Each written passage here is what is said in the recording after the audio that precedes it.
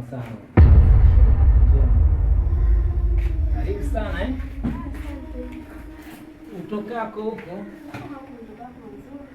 Bwana Yesu asifiwe. Za uzima. Wanasemaje nyumbani? Baba mchungaji, mimi na matatizo. Ndio.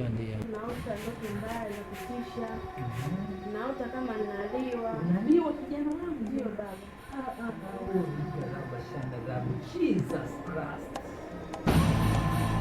Yaani moyoni sana kwa hiyo jambo.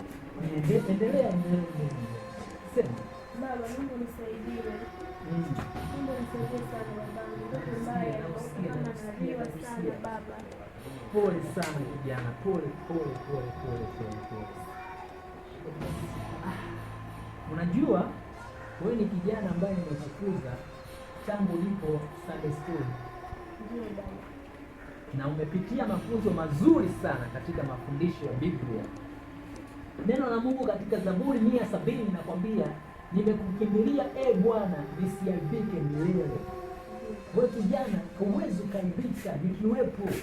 Nguvu za Mungu zinatakiwa zizihirike, zitendeke ndani ya moyo wako, zitendeke kwenye akili yako, zitendeke katika maisha yako, ukafanyike mabadiliko ndani ya mwili wako. Rika raba shana rabu, rika raba shana rabu. Jana kuanzia sasa unaenda kubarikiwa,